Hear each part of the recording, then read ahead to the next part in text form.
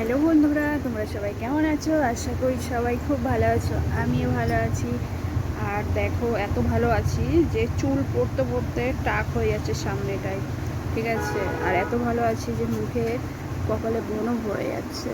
তো যাই হোক, ভিডিও শ্যুট করতে পারছি না ঠিকঠাকভাবে, পরিস্থিতি শরীর কিছুই ভালো নেই, ঠিক আছে। তো এখন ভিডিওটা শ্যুট করছি কারণ ভিডিও আপলোড হচ্ছে না ঠিকঠাকভাবে, রিচ কমে যাচ্ছে।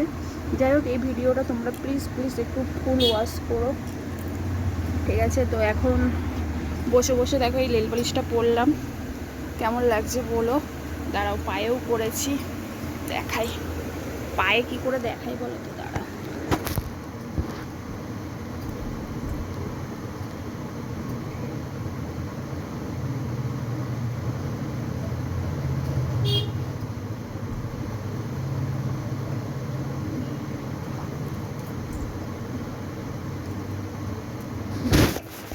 তো পায়েও পরেছি, দেখতে পেলে পায়ের কালারটা লাগছে সেই পার্পেল কিন্তু না গোলাপি কালার, ঠিক আছে।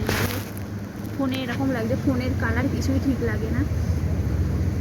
তো দেখি শুকিয়ে গেছে, হ্যাঁ শুকিয়ে গেছে, একটু আগেই করলাম, বুঝলে।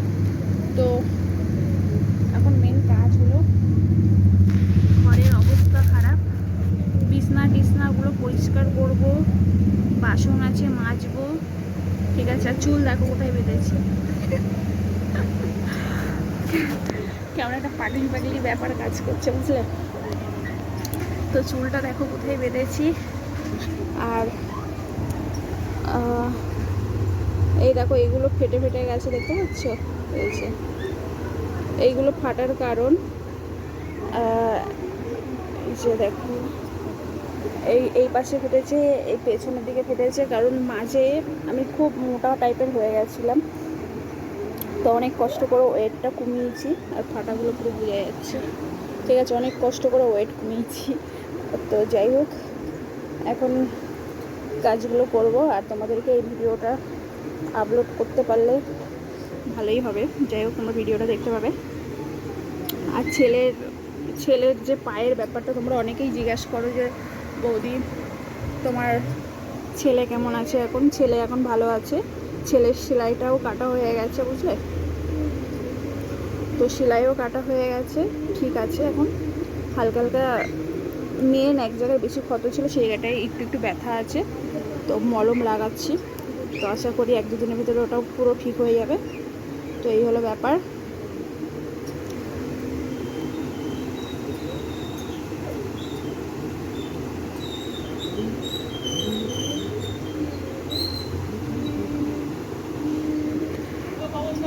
তো ফোনে ইন্ডিয়ান 3D গেম খেলছে, এই যে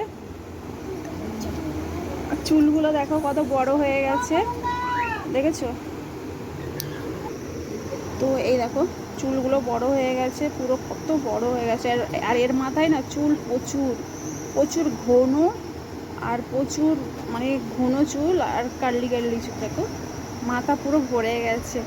চুলগুলোকে কাটা হয়নি, মানে যখন ভেবেছিলাম চুলটা কাটবো, মানে ভেবেছিলাম কি যে কালকে চুলটা কাটবো, কিন্তু আজকেই একটা ঘটনা ঘটিয়ে এসেছিলো, যে পা কেটে এসেছিলো পড়ে গিয়ে।